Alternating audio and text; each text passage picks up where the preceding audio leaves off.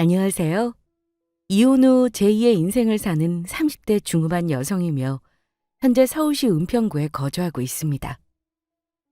청취자 여러분께 들려드릴 사연은 전 남편에 관한 이야기입니다.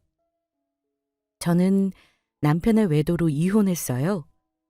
사랑해서 한 결혼인데 헤어지면서 더러운 꼴 참 많이 봤습니다. 남편과의 이혼으로 마음고생도 꽤 했고요. 저는 하루하루가 고통스럽기만 한데 남편은 내연녀와 새 출발할 생각에 행복하기만 했습니다. 그런 남편에게 죄 지은 만큼 달게 받을 거라고 남의 눈에 눈물 나게 하면 네 눈에는 피눈물이 날 거라고 큰소리쳤는데 제 말대로 이루어졌습니다. 말이 씨가 되더라고요. 사람은 죄 짓고 못 산다는 말이 사실인가 봐요. 바람 피운 전 남편의 인생은 나락으로 떨어졌고 지금은 거지 신세예요. 반면에 저는 많은 돈으로 떵떵거리며 잘 살고 있습니다. 물론 이렇게 되기까지 그분의 도움이 컸지만 말이죠.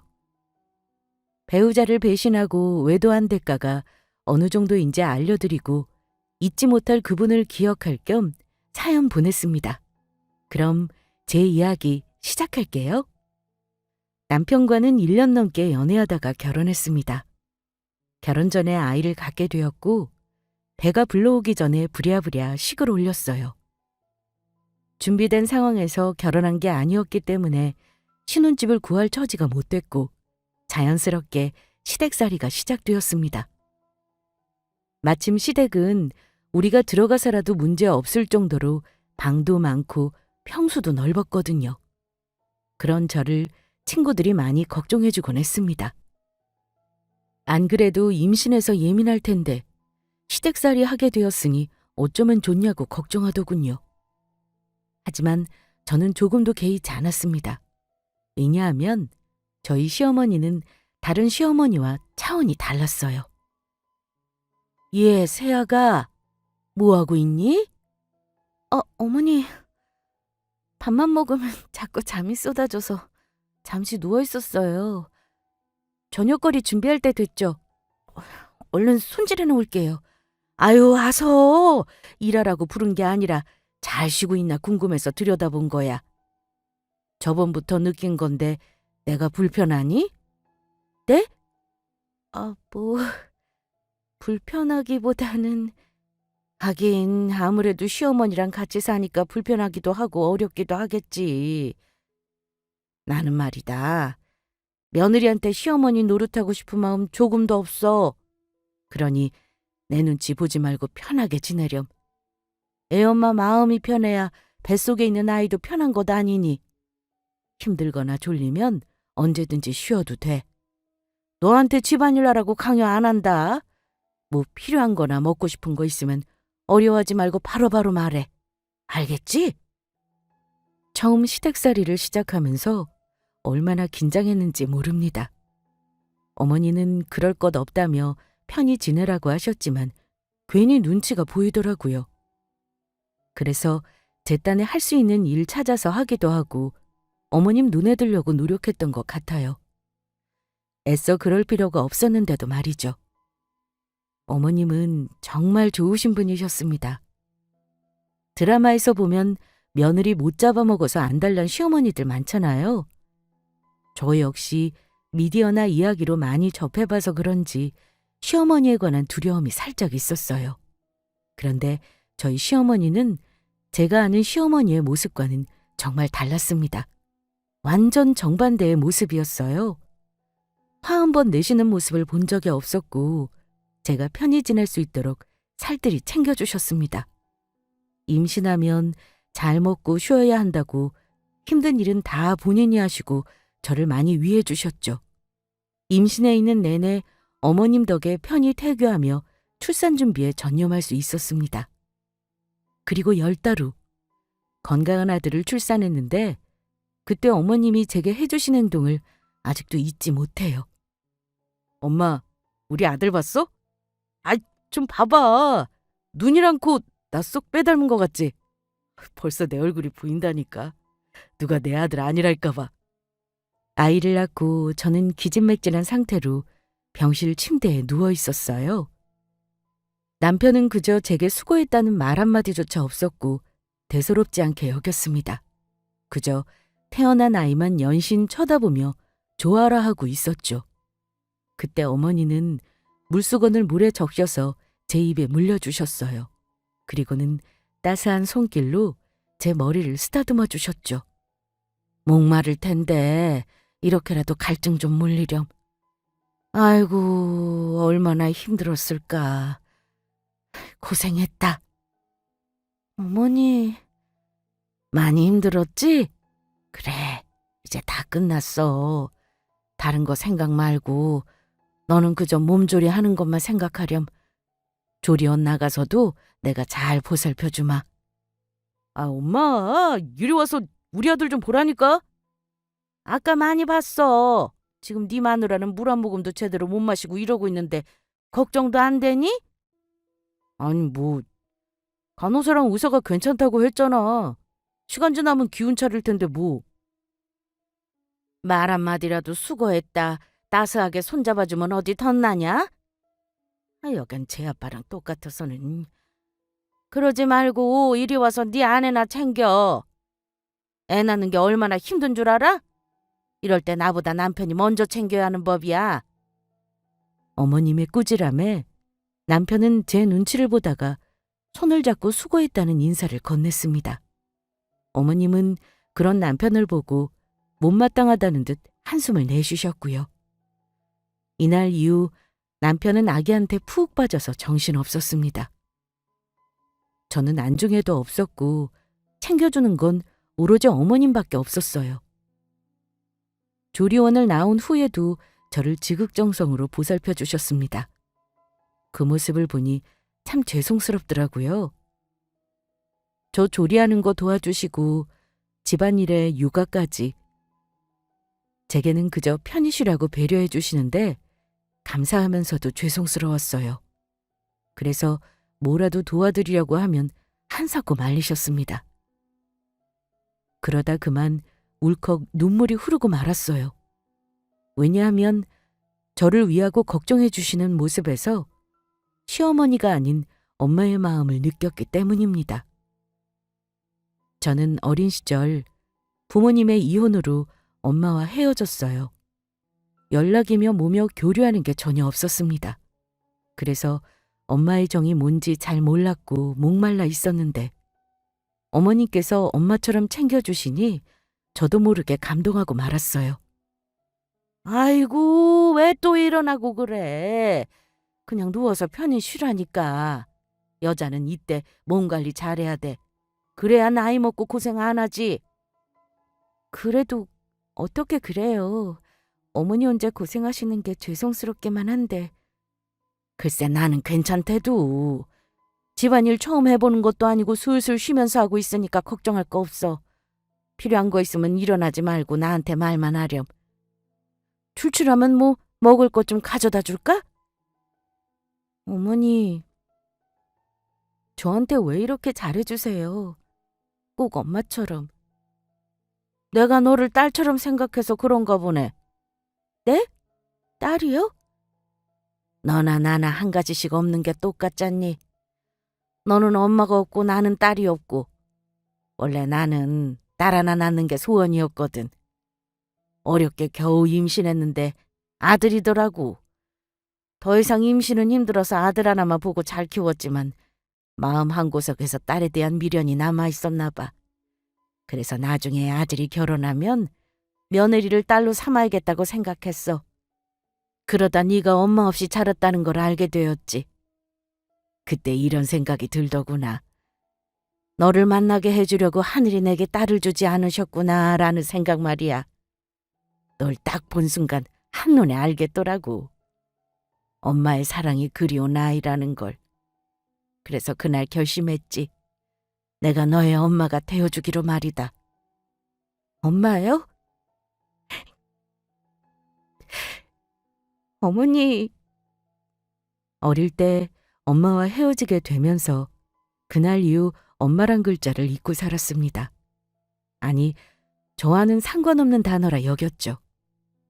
그러다 어머님을 통해서 이게 정말 엄마의 품이구나라는 걸 깨닫게 된 것 같아요. 엄마라는 단어에 아무런 감흥이 없었던 저는 어머님이 바꿔놓으셨습니다.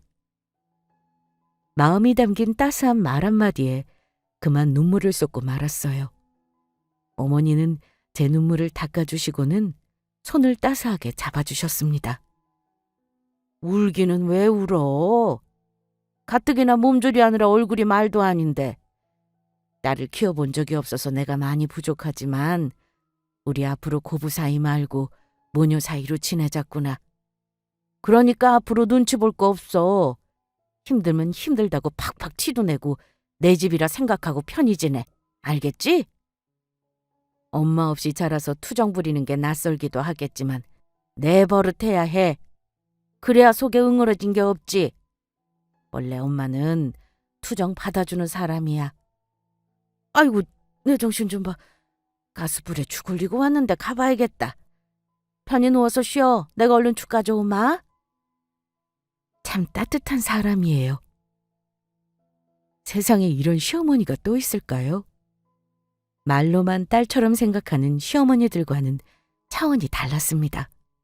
우리 어머니는 정말 저를 딸처럼 아껴주고 사랑해 주셨어요. 정말 말로 다 담을 수 없을 만큼 큰 사랑을 받았습니다. 너무도 큰 감동을 하여서 이날 이후 저도 어머님을 친엄마로 생각하며 모셨어요. 서로 살뜰히 챙기고 아껴주면서 말이죠. 남들은 그런 우리를 보고 정말 친모녀 사이인 줄 착각할 정도였습니다. 그렇게 어머님과 저는 서로를 생각하는 마음이 일반 고부 사이를 초월하게 되었어요. 오죽하면 남편이 질투할 정도였죠. 한 번은 어머님이 시댁살이 하는 거 불편하지 않냐고 본인이 나가 살 집을 마련해 주신다고 하셨어요. 원래 결혼할 때 바로 집을 얻어줄까 고민도 했지만 애 낳고 육아며 집안일이며 혼자서 힘들어할 게 뻔했다고 하셨어요. 그래서 본인이 데리고 있으면서 저를 보살펴주고 싶으셨대요. 엄마라도 있으면 도움을 받겠지만 그렇지 않으니까 도와줄 리는 본인밖에 없었다고 생각하셨답니다. 이제는 큰 도움 받지 않아도 되니까 나가 살아도 될 것 같다면서 같이 집을 보러 가자고 하셨어요. 그래서 저는 조금의 망설임도 없이 싫다고 거절했습니다. 아니, 집을 얻어준다는데 왜 싫다는 거야? 저는 어머님이랑 이렇게 같이 지내는 게 좋아요. 가까운 곳에 얻어서 자주 왕래하면 되지. 자주 왕래하는 것보다 그냥 집에서 같이 지내고 싶은걸요? 왜요, 어머니? 이제 저 귀찮으세요? 아이, 그럴 리가.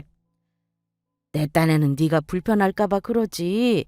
애도 태어났는데 따로 나가서 오롯이 너희 가정을 꾸리고 싶지 않을까 싶어서. 에이, 그런 거 없어요. 집이 이렇게 큰데 무슨 걱정이에요? 그리고 무엇보다 저는 어머님이랑 떨어지기 싫어요. 나가 살면 저만 손해죠? 그럼 제가 집안일 다 해야 하는걸요? 뭐? 농담이에요. 어머님이 해주시는 맛있는 찌개도 자주 못 먹을 것이고 이렇게 두런두런 이야기할 기회도 줄어들잖아요. 그래서 싫어요. 그냥 지금처럼 여기 있을래요. 어머님은 저를 배려해서 따로 나가 살 수 있게 배려해 주셨지만 저는 어머님과 함께하는 시간을 선택했습니다. 솔직히 따로 나가 살아도 돼요. 어머님 말씀처럼 가까운 곳에 집 얻어서 자주 왕래하면 되니까요. 그러나 이 큰 집에 혼자 남을 어머님이 걱정됐습니다. 저희가 집을 나가면 어머님 혼자서 지내야 하는 상황이었어요. 어머님은 젊은 시절 아버님을 잃고 홀로 남편을 키우셨습니다. 그래서 더더욱 어머님을 혼자 둘 수 없었어요. 우리가 있을 때는 북적북적했는데 나가게 되면 적막하기 그지없을 것이고 얼마나 적적해 하실지 걱정되더라고요. 혼자 있다고 대충 끼니를 때우실 거고 본인 몸을 제대로 챙기지 못할 게 뻔했습니다. 아무리 자주 왕래한다고 해도 한계가 있을 거고요. 그래서 어머님과 함께 있기로 결정한 거였습니다. 남들은 따로 사는 게 더 좋을 텐데 뭐하러 붙어 있냐고 하지만 저는 이 선택을 조금도 후회하지 않았습니다. 그렇게 시댁살이를 한 지 어느덧 3년이 흘렀어요. 아들은 가족의 사랑을 받으며 무럭무럭 잘 커갔고 저 역시 어머님의 사랑을 받으며 행복한 나날을 보내던 중 우리 가족에게 큰 시련이 다가왔습니다. 며칠 전부터 어머님께서 밥도 잘 못 드시고 소화가 안 되는 듯 했습니다. 살도 부쩍 빠지고 얼굴이 말이 아니었어요. 처음에는 크게 체하신 건가 싶어서 병원을 모시고 가려고 했는데 늙어서 소화가 잘 안 되는 거라며 약 먹으면 괜찮아진다고 말리셨어요. 그래서 약을 사와 챙겨드리고 소화하기 편한 음식을 차려드려도 도통 호전되지 않았습니다. 이런 나날들이 길어지니까 뭔가 이상하다 싶어서 병원을 모시고 갔어요. 어머님은 늙으면 다 이런 거라고 뭐하러 돈을 쓰냐면서 가기 싫어하셨지만 저는 그런 어머님을 억지로 끌고 갔습니다. 옆에서 어머님의 상태를 지켜보는데 나아지기는커녕 자꾸만 더 심해지는 것 같아서 안 되겠더라고요. 그렇게 겨우겨우 어머님을 모시고 병원에서 검사받았어요. 그리고 곧이어 의사에게서 청천벽력 같은 소리를 듣게 되었습니다. 바로 어머님이 암에 걸렸다는 말이었어요. 생각지도 못한 암 판정을 받고 믿을 수 없어서 부인했습니다. 말도 안 된다고 검사에 문제가 있는 거라며 몇 번이고 재검사를 요청했지만 결과는 같았어요. 어머님은 이미 암이 꽤 진행된 상태였습니다. 암이라니, 어떻게 어머님이 암일 수 있어요? 저는 그것도 모르고. 왜 울어? 네 잘못도 아닌데. 죄송해서요. 진작 병원에 모시고 올 걸 후회돼요. 잘 챙겨드리고 있다고 생각했는데 아니었어요. 멀리 있는 것도 아니고 한 집에서 내내 같이 지냈는데 어떻게 모를 수 있을까요? 다 제 불찰이에요. 어머님 연세도 있으신데 더 꼼꼼히 챙겨드렸어야 했어요. 죄송해요, 정말. 네가 죄송할 게 뭐 있어. 내 몸이니 내가 잘 지켜야지. 다 내 잘못이야.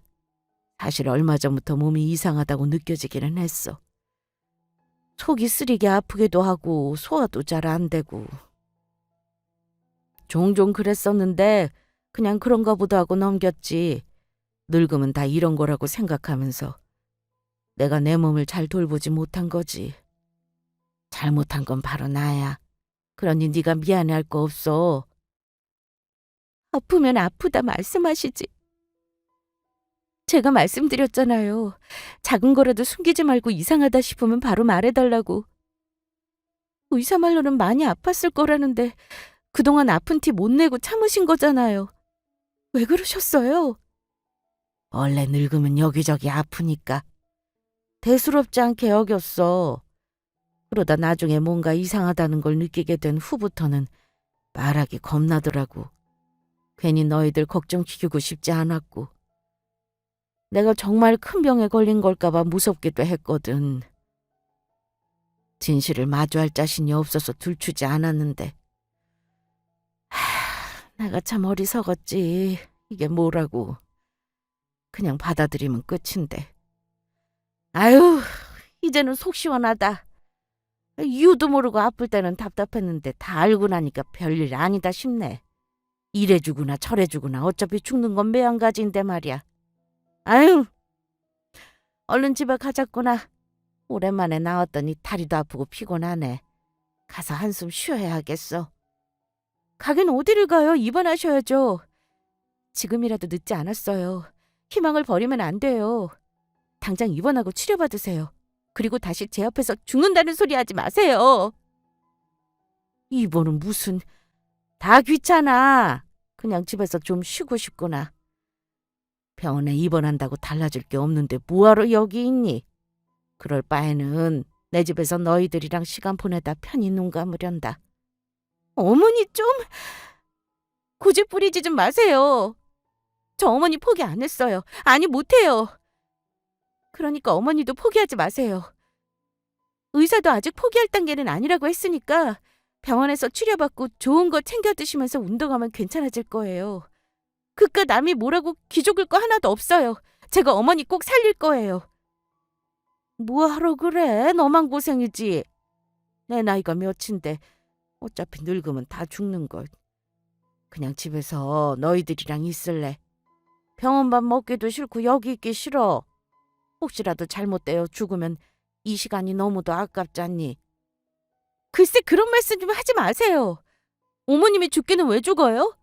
병원에서 더 이상 치료받을 게 없는 것도 아닌데 왜 집에 가신다고 고집 부리는 거예요?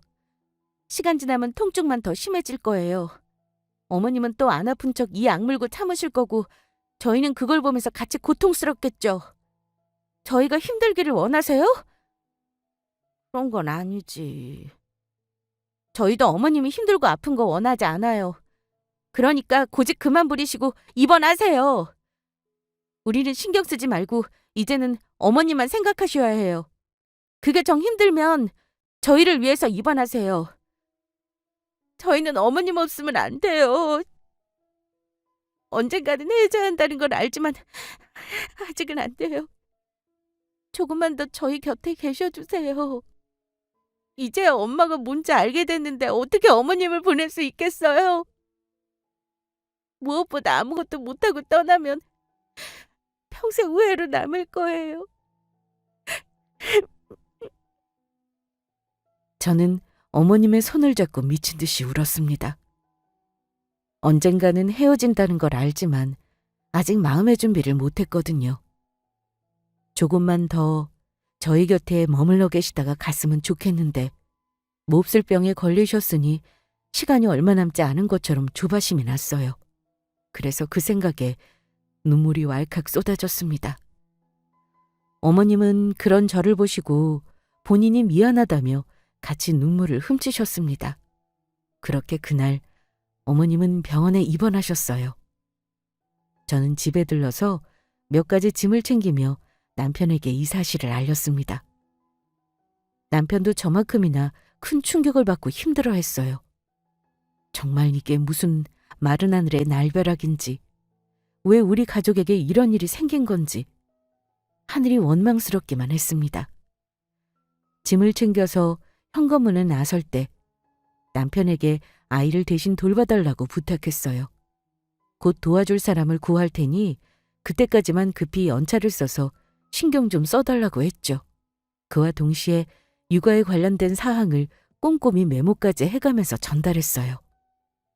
병원에 돌아온 뒤 그때부터 저와 어머님의 병원 생활이 시작되었습니다. 육아에 육도 모르는 남편이 힘들까 서둘러 돌봄 아줌마를 구하고 어머님을 간병하고 이래저래 바쁜 나날을 보냈어요. 남편은 일 때문에 자주는 못 오고 가끔 들러서 어머님의 상태를 확인하고 갔습니다. 그때마다 필요한 물품을 사오거나 집에 있는 걸 챙겨서 건네주기도 했죠. 남편을 자주 만나지는 못해도 서로 연락을 자주 하며 지냈습니다. 아이 사진을 주고받기도 했고 어머님에 관해서 문자나 전화로 활발하게 소통했어요. 그러면서 중간중간 집안일을 챙겨야 하거나 아이 때문에 다른 간병인에게 어머님을 맡기고 집에 갔다 와야 했습니다. 그래봤자 그런 날이 손에 꼽을 만큼 적었지만요. 어머님 곁에 간병인 여사님도 계시니 마음 놓고 며칠 더 머무를 수도 있었지만 더 이상 마음이 놓이지 않더라고요. 낯선 사람에게 어머니를 맡기는 게 영 꺼림칙했습니다. 걱정에 앞서서 제 마음 편해지고자 얼른 병원으로 복귀하고는 했어요. 한 번은 어머님이 힘들지 않냐고 본인은 괜찮으니 간병인을 길게 쓰자고 하셨지만 괜찮다고 했습니다. 간병할 수 있는 며느리가 버젓이 있는데 뭐하러 간병인을 고용하냐며 거절했어요. 그러면서 저는 조금도 힘들거나 불편하지 않으니 걱정하지 않으셔도 된다고 했습니다. 언제 이렇게 어머님과 단둘이 오래 있어 볼 수 있냐면서 오히려 좋다고 웃음을 지었어요. 어머님은 그런 제게 늘 고마워하셨습니다. 그러던 어느 날이었어요. 몇 주 전부터 남편의 행동이 이상했습니다. 어머님을 끔찍이 생각하며 하루에도 몇 번씩 전화하고 문자를 하던 남편이 감감무소식이더라고요. 그래서 제가 먼저 연락하면 잘 받지 않는 날도 많아졌습니다. 그래도 일주일에 한 번씩 주말에는 되도록 병원에 들렀는데 어느 순간부터는 찾아오는 날이 잦아졌어요. 자기야, 왜 이렇게 전화가 안 돼? 무슨 일 있는 건 아니지? 무슨 일은 무슨. 그런 거 없어. 무슨 일이야? 부재중 엄청나게 와 있던데 엄마한테 무슨 일이라도 생긴 거야? 아니, 그런 건 아니고 요즘 연락이 통 안 돼서 무슨 일 있나 싶어서 전화한 거야. 무슨 전화를 이렇게나 많이 해. 그럴 시간에 엄마나 신경도 쓰지. 안 그래도 바쁜데 당신까지 왜 그래? 연락 잘하던 사람이 도통 연락을 안 하니까 걱정돼요 그랬지. 요즘 병원에 잘 찾아오지도 않고. 바쁘니까 못 간 거지. 일이 하도 많아서 연락이고 뭐고 할 틈이 없다. 내가 요즘 야근을 얼마나 하는 줄 알아? 주말에 잘 쉬지도 못해. 어쩌다 쉬는 날이면 너무 피곤하니까 밀린 잠자면서 쉬는 게 다야. 넌 이런 내가 불쌍하지도 않냐? 연락이 없으면 그냥 좀 바쁜가 보다 하고 이해하면 되지. 왜 이렇게 전화질이야? 병원에 있다고 한가한 거 자랑해? 무슨 말이 그래. 나는 진짜 걱정되어서 그런 건데. 그리고 내가 뭘 한가해? 간병하는 게 결코 쉬운 일은 아니야.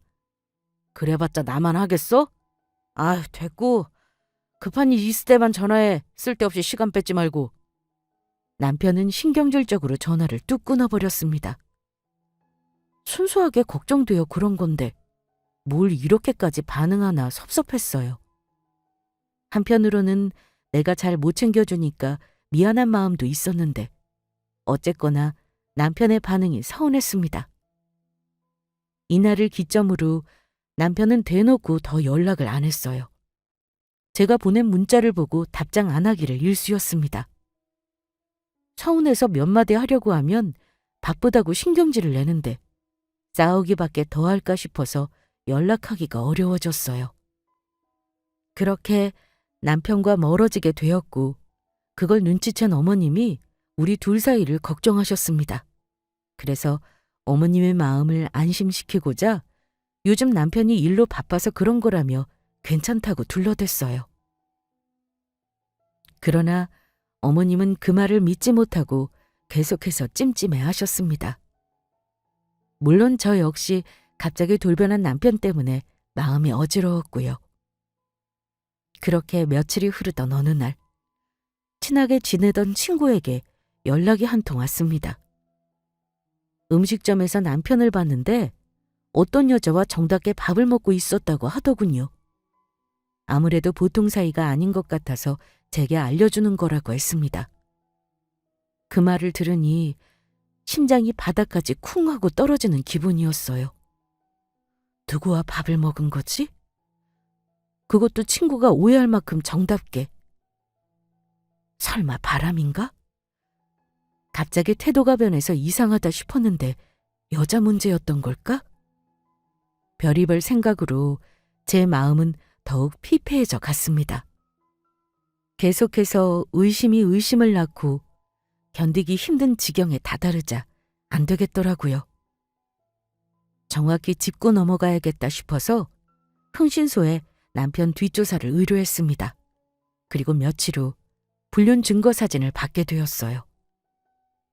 그 사진들을 보는데 온몸에 힘이 풀리고 손이 덜덜 떨렸습니다. 아무리 그래도 한편으로 아닐 거라고 믿었어요. 제발 내가 오해하는 거였으면 좋겠다고 간절히 바랐습니다. 그러나 불륜이 맞더군요. 마음이 무너져 내렸지만 차마 어머님 앞에서 티낼 수 없었습니다. 그래서 집에 일이 있어서 잠시 다녀오겠다고 아무렇지 않게 말씀드린 뒤 집에 와서 남편에게 사진을 들이밀었어요. 남편은 잠시 당황하더니 이내 불륜을 인정했습니다. 그리고 미안하다는 사과는커녕 오히려 뻔뻔하게 나왔죠. 언제부터 회사 일이 바람 피우는 게 됐을까? 여자한테 미쳐서 애고 가족이고 안중에도 없었니? 나는 병원에서 어머님 모시면서 고생하고 있는데 너는 뭐라고 돌아다닌 거야? 네가 사람이니? 그래, 젊은이한테 푹 빠져서 정신이 나갈 수도 있지. 우리 아기랑 나는 나 몰라라 할 수 있다고 쳐. 그래도 어머님까지 신경 안 쓴 건 너무하잖아. 우리 아들 언제 오나 기다리시면서 한편으로는 바쁜 애 귀찮게 하는 걸까봐 차마 전화는 못하고 그저 전화기만 만지작거리셨어. 그런 어머님께 죄송스럽지도 않니? 너 정말 사람 새끼도 아니야. 아무리 그 여자가 좋아도 그렇지 어떻게 어머님을 잊을 수 있어? 내가 간다고 뭐 달라져? 막말로 간다고 뭔 소용이야? 그래봤자 엄마 아픈 게 낫는 것도 아니잖아. 나 없어도 옆에 너 있는데 걱정할 게 뭐 있어? 어련히 알아서 잘할 텐데. 너 우리 엄마라면 끔찍하잖아. 자식인 나보다 더 지극정성인데 내가 걱정할 게 뭐 있냐? 그러면 뭐해? 내가 아무리 잘못해도 자식은 넌데. 아, 몰라. 어차피 이러나 저러나 곧 죽을 양반인데 뭐. 엄마한테는 미안하지만 오히려 빨리 돌아가시는 게 나을 수도 있어. 살아계시면 뭐해? 매일이 고통이라며. 이 정도 했는데 호전되는 것도 없잖아. 이쯤 되면 의사도 손 놓을걸? 우리 엄마 연세도 있으신데 살 가능성이 얼마나 되겠어. 괜히 돈만 퍼부는 꼴이지. 더 이상 고생할 필요 없이 깔끔하게 돌아가시고 나한테 재산 물려주시는 게 나아. 남편의 말을 듣고 더 이상 참을 수 없었어요. 뻔뻔한 남편의 태도에 없던 화도 치솟을 지경이었습니다. 그래서 바로 뺨을 한 대 때렸죠. 너는 진짜 사람 새끼도 아니다. 적어도 짐승은 키워준 은혜라도 알지. 넌 갱생 불가능한 쓰레기야. 더 이상 너랑 긴 말할 필요도 없겠다. 이혼하자. 바람 피운 거 안순간 너랑 같이 살 생각 없었어. 내 새끼한테도 너 같은 아빠 필요 없어. 그래, 이혼하자. 피차 바라던 바야. 이혼 안 해준다고 버티면 어쩌나 걱정이었는데 다행이네. 대신 어머니 모르게 조용히 이혼할 거야. 안 그래도 몸 안 좋으신데 너 같은 놈 때문에 더 힘들게 하고 싶지 않아. 이혼장 작성해서 보낼 테니까 그런 줄 알아. 그리고 그 여자한테 전해. 곧 상간녀 소송 걸 테니 미리 합의금 준비해 놓으라고. 남편 앞에서는 굳센 척 굴었지만 집을 나옴과 동시에 온몸에 피가 빠져나가는 기분이었습니다. 어머님께 이런 모습 보여드리고 싶지 않아서 병원에 들어가기 전까지 얼마나 마음을 다잡았는지 몰라요. 남편과는 조용히 합의 이혼으로 진행했습니다. 어머님 충격받으시면 몸 상태가 더 안 좋아지실 것 같아서 몰래 이혼을 서둘렀어요. 그러나 아무리 합의 이혼이라고 해도 그냥 해서는 안 되죠. 제가 받아야 할 몫은 다 챙겨받는 조건으로 진행했습니다. 상간녀한테 소송까지 걸었고요. 꽤 많은 돈의 위자료를 받았지만 남편은 시원하게 내어줬습니다. 어차피 어머님 죽으면 그 많은 재산 다 본인한테 떨어질 거라며 저더러 집이고 뭐고 다 가지라고 하더군요. 그렇게 우리는 이혼했습니다. 남편은 이혼했으니 더 이상 어머님을 간병할 필요 없다고 했어요. 본인이 알아서 간병인을 고용하겠다고 했지만 저는 거절했습니다. 저는 어머님을 진심으로 친엄마처럼 생각했기 때문에 계속해서 곁에 있어주고 싶었어요. 어머님이 어느 정도 호전될 때까지만 모시겠다고 했습니다. 그랬더니 알아서 하라고 하더군요. 남편과 이혼했지만 어머님과 제 사이는 전과 같았습니다. 물론 이혼한 사실을 숨기고 있는 것만 빼면요. 그러던 어느 날이었어요. 여느 날과 마찬가지로 어머님 곁에서 돌봐드리고 있는데 제게 이런 말씀을 하셨어요. 아가, 내가 너한테 전해줄 말이 하나 있어. 네, 어머니 말씀하세요. 내가 죽으면 말이다. 그때 네가 꼭 해줄 일이 있어. 또 그런 말씀하신다. 왜 자꾸 죽는다고 말씀하세요? 그런 생각하지 마세요. 내 몸은 내가 더 잘 알아. 자꾸만 기운이 빠지고 힘든 것이 이제는 때가 된 것 같아. 병원에 있는 동안 더 안 좋아지기만 했잖니. 의사도 더 이상 힘들다고 했고. 그래도 이렇게 포기하시면 어떡해요. 여기 말고 더 실력 좋은 병원 찾으면 그만이에요. 그럴 것 없어. 이런 식으로 시간을 더 벌어봤자 좋을 게 뭐 있니? 나도 이제 그만 쉬고 싶구나. 자, 이거 받으렴. 어머니는 곱게 접힌 종이를 제게 내미셨고 그 안에는 누군가의 이름과 주소가 적혀 있었습니다. 이게 뭐예요? 내가 죽으면 잊지 말고 이 사람을 찾아가렴. 아들한테는 절대 말하지 말고 너 혼자 몰래? 그이 몰래요? 왜 그래야 하는데요? 그건 가보면 알아. 이 종이 잊어버리면 안 된다. 잘 챙기고 있다가 나 죽으면 바로 찾아가. 알겠지? 어머니가 적어주신 주소가 어디인지는 모르겠지만 어머니는 잊어버리면 안 된다고 신신당부하셨습니다. 그래서 가방 속 지갑에 잘 넣어놨어요. 이날을 기점으로 어머님은 자꾸만 떠날 준비를 하시기 시작하셨어요. 저는 그러지 말라고 아직 포기하기에는 이르다고 몇 번이나 말씀드렸지만 부질없었습니다. 사실은 저도 알아요. 제가 쓸데없는 고집을 부린다는 것을요. 의사도 힘들다고 했고 어머님의 상태 역시 나날이 나빠져만 갔습니다. 그러나 인정하고 싶지 않았어요. 시간이 얼마 남지 않았다는 걸 알면서도 어머님의 죽음을 받아들이기 힘들었습니다. 그래서 애써 모른 척 굴었는데 어머니는 자꾸만 이별을 준비하셨어요. 그리고 정확히 보름 후 어머님은 영영 우리 곁을 떠나셨습니다. 임종 때 어머님이 제게 남기신 말씀이 있어요. 힘없이 제 손을 잡으며 종이에 적힌 주소를 찾아서 빨리 가보라고 하셨습니다. 본인이 죽으면 뒤도 돌아보지 말고 바로 가야 한다고 하셨어요. 그렇게 눈을 감으신 뒤 저는 어머님의 손을 붙잡고 어린애처럼 엉엉 울었습니다. 전 남편은 여자한테 미쳐서 어머님의 임종도 못 지켰죠.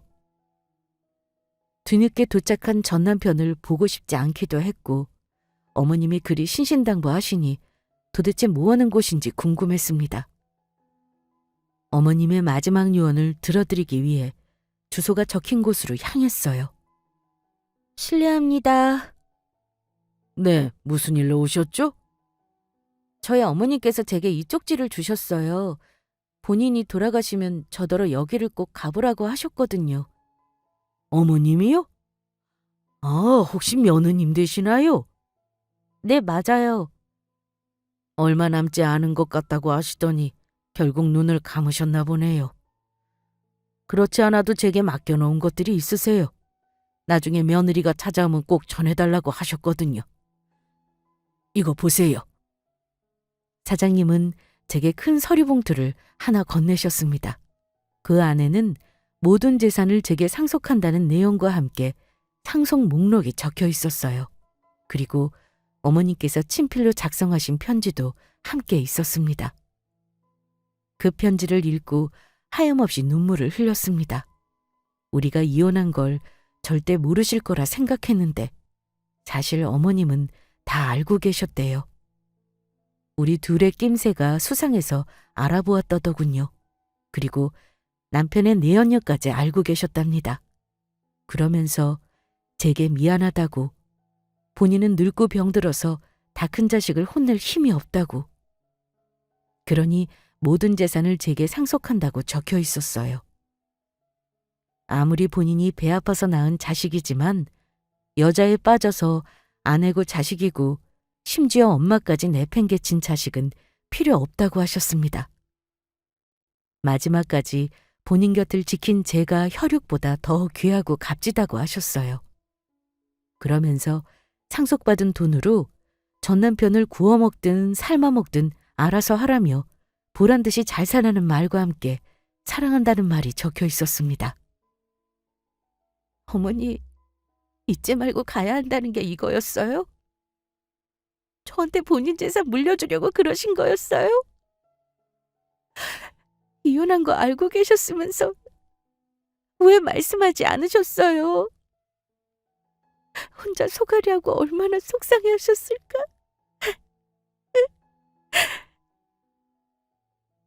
마음이 찢기는 고통이 어떤 건지 이때 처음 알았습니다. 남편이 외도를 저질렀다는 것보다 더 큰 고통이었어요.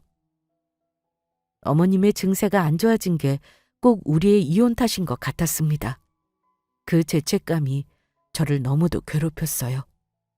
그리고 그 분노가 결국 남편에게 향했습니다. 저는 곧장 어머님의 장례가 치러질 병원으로 향했어요. 그런 다음 어머님의 빈소 준비로 한창 바빠 보이는 전 남편과 마주쳤습니다. 그 옆에는 내연녀까지 함께 있더군요. 뭐야, 여긴 왜 왔어? 아까 간 거 아니었어? 내가 못 올 곳이라도 왔니? 어머님 마지막 하시는 길 배웅해드리러 왔어. 이야, 너 진짜 오지랖 한번 대단하다. 이혼한 후에도 엄마 곁에 있겠다고 해서 그러려니 했어. 간병 있으면 돈 드는데 네가 공짜로 간병인 노릇 해준다면 나야 땡큐니까. 그런데 여기까지 온 건 주제 넘은 짓이지. 내 아내가 이렇게 버젓이 있는데 말이야. 아내? 그 사이 결혼했니? 어머님은 아파서 하루하루 힘들어하셨는데 너는 결혼도 하고 아주 행복하게 보냈겠네? 이혼한 마당에 못할 게 뭐 있어? 너랑 도장 찍고 바로 혼인신고했지. 원래는 호텔에서 결혼식까지 올리고 싶었는데 엄마가 이러고 있으니 별 수 있어? 조용히 혼인신고하고 돌아가시면 올릴 생각이었어. 언제 눈 감아서 나한테 재산 물려주나. 내 아내는 언제 시골리냐며 보채는데 진짜 죽겠더라고. 그런데 마침 이렇게 타이밍 좋게 가셨네. 이제 시골리고 재산 물려받아서 떵떵거리며 잘 살 일만 남았지. 그렇다고 어떻게 한 번을 안 보니? 아무리 그래도 그렇지 임종을 지켰어야 할 거 아니야? 야, 이것도 급하게 온 거야. 하필이면 아내랑 여행 갔을 때 돌아가시냐? 놀다가 정리하고 급하게 올라왔잖아. 어쨌든 왔잖아. 그럼 된 거 아니야? 임종, 그게 뭐 별건가. 장례 치르면서 마음속으로 못한 말 다 전하면 그뿐이지. 그나저나 너는 주제 넘은 지 그만하고 꺼져. 엄마 며느리가 여기 이렇게 딱 서 있는데 전 며느리가 같이 있는 게 말이 돼? 괜히 사람들 입에 오르내리니까 가. 성가시게 하지 말고. 못 가. 나 여기 있을 자격 충분히 있어. 오히려 여기서 꺼져야 하는 건 너야. 넌 자식도 뭣도 아니거든. 네가 상주 자격 있니? 여자에 미쳐서 자식이고 어미고 다 내팽개친 놈이 무슨 자격으로 완장을 차고 있어? 너만 생각하면 화가 머리끝까지 차올라. 너 때문에 어머님이 돌아가신 거야. 네가 미치도록 싫고 원망스러워서 죽을 지경이라고. 그래서 어머니께 약속드리러 왔어. 꼭 보란 듯이 잘 살겠다고. 엄마 죽으니까 정신줄 났냐? 엄마가 왜 나 때문에 죽어? 암 때문에 죽은 거지. 야, 그래, 잘 살든 말든 너 알아서 해라. 엄마한테 약속할 필요 없으니까 네 알아서 살라고. 더 이상 내 눈앞에 알짱거리지 마. 그동안 엄마 옆에 있게 해줬으면 됐지 왜 죽어서까지 네가 난리야? 어머니께 받은 게 있으니 감사 인사는 해야지. 지금부터 네 표정 볼만하겠다. 잘 들어. 네가 그토록 바라던 재산 그거 내가 다 물려받았어. 뭐? 그게 뭔 개소리야? 어머님 다 알고 계셨어. 네가 바람피워서 우리들 이혼한 거. 여자에 미쳐서 가족 버린 놈 자식으로 취급 안 하시겠대. 나더러 너 보란 듯이 떵떵거리면서 행복하게 살라고 하셨거든. 그래서 꼭 그렇게 하겠다고 약속하러 왔어. 겸사겸사 감사하다는 인사도 드릴 겸. 뭐라고? 그게 진짜야? 엄마가 정말 너한테 그 많은 재산 다 물려주셨다고? 자식인 내가 아니라 너한테? 전 남편은 처음에 믿지 못하고 부정하다가 점차 표정이 일그러져 갔습니다. 그리고는 제가 하는 말들이 모두 진심이라는 걸 알아차렸죠. 거기다 옆에 팔짱 끼고 서 있던 내연녀가 재산이라는 말에 발끈해서는 소리쳤어요. 아씨, 뭐야? 오빠가 받은 재산 진짜 저 여자가 받은 거야? 그럼 나는... 이봐요, 아줌마. 그거 거짓말이지? 어떻게 자식 내버려두고 며느리한테 재산을 물려줘? 그런 엄마가 어디 있어? 여기 있어. 엄마 버린 자식 놈도 있는데 엄마라고 자식을 못 버릴까? 이건 사기 결혼이야. 재산 물려받으면 내가 하고 싶은 거 다 하게 해준다며. 비싼 고층 아파트에 살게 해주고 명품 가방 수두룩하게 채워준다고 했잖아. 외제차까지 뽑아주고. 그런데 이게 뭐야? 저 여자가 재산 다 물려받았는데 무슨 수로 아파트며 가방이면 사주냐고! 뭐? 야, 그게 내 잘못이야? 엄마가 이럴 줄은 몰랐지. 나도 피해자라고. 아씨 몰라. 내가 나이 많은 오빠랑 왜 결혼한 줄 알아? 돈 보고 결혼한 거야. 난 돈 없는 남자 세상에서 제일 싫어하거든? 오빠랑 같이 살면 돈으로 고생하지는 않겠다 싶어서 결혼했는데 말짱 꽝이네. 아주 제대로 똥 밟았어. 이건 명백한 사기 결혼이야. 위자료로 돈도 엄청 많이 줬잖아. 심지어 나도 상간녀 소송으로 3천이나 뜯겼다고. 재산 물려받으면 그거 다 보상해준다더니 이게 뭐야? 책임져. 당장 이혼할 거니까 그런 줄 알아. 내가 피해본 거 위자료로 다 보상받을 거니까 그런 줄 알아. 야, 이혼은 무슨?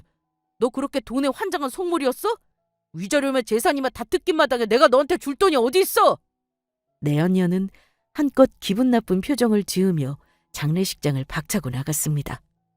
그리고 전 남편은 그런 내연녀 뒤로 고래고래 소리를 치다가 제게 달려들어서는 재산 내놓으라고 난리를 쳐댔어요.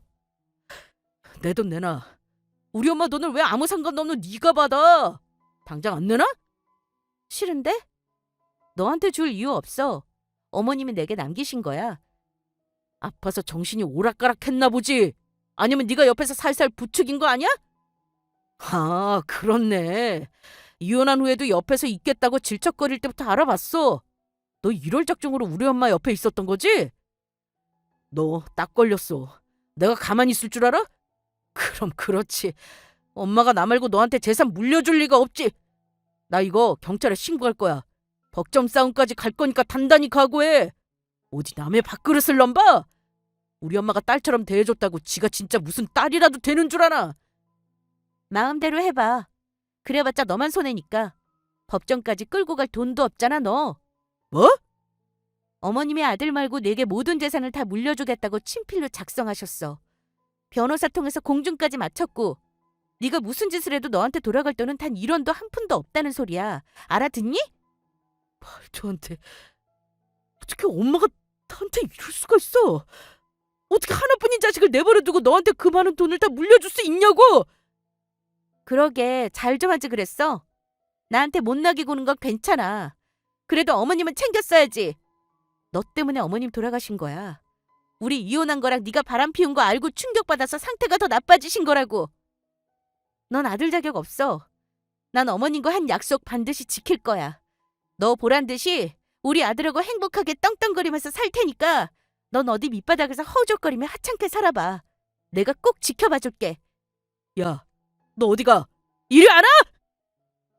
저는 어머님의 영정사진을 보며 마음속으로 굳게 약속했습니다. 그리고 절규하는 전 남편을 내버려 두고 그곳을 빠져나왔어요. 장례 끝까지 잘 마무리하고 싶었지만 전 남편 때문에 그럴 수는 없었습니다. 그래서 나중에 어머님을 모신 곳에 찾아가서 따로 인사를 드렸죠. 그 뒤에도 여러 일이 있었습니다. 전 남편은 제 말이 사실인지 확인해 보려고 변호사를 만나본 모양이에요. 그러나 일어난 푼도 돌려받을 수 없다는 현실에 충격을 받았는지 안 하던 짓을 하기 시작했습니다. 이번 일을 계기로 본인은 크게 반성하고 후회했다면서 다시 잘해보자고 했어요. 우리 둘 사이에 애도 있는데 합치는 게 더 좋지 않겠냐면서 안 하던 아들 생각까지 하더라고요.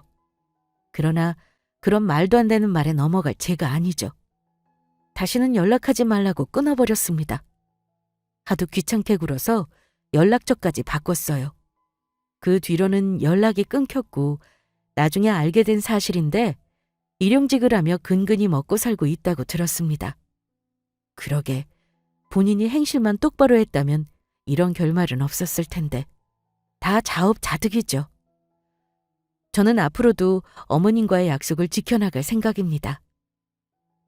어머니, 하늘에서 우리 모자 잘 지켜봐 주세요. 그럼 지금까지 긴 사연 들어주셔서 감사합니다.